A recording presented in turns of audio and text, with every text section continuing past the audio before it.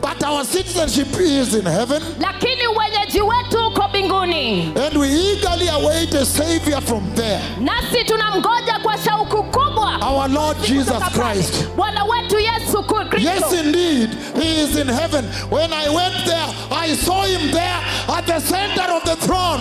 And he looked like he had been slaughtered, blood on the glory, my Lord. Yuko mbinguni. Yes, Nilipoenda he's pale, there. nilimuona katikati ya He's nchi. coming. Naonekana amechinjwa na damu inamiminika, yuko pale na anakuja.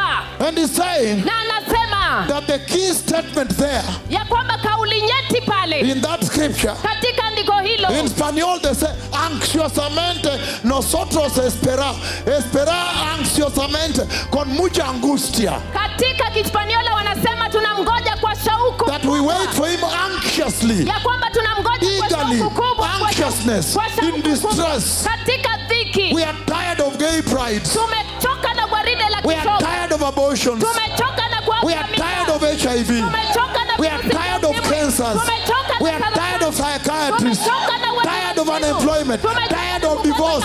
Tired of elections every 5 years. Tumechoka na uchaguzi. We are tired of bloodshed. Tired of violence. Tumechoka Tired na of our children drinking themselves silly. Tumechoka na watoto wetu wakikunywa ulevi.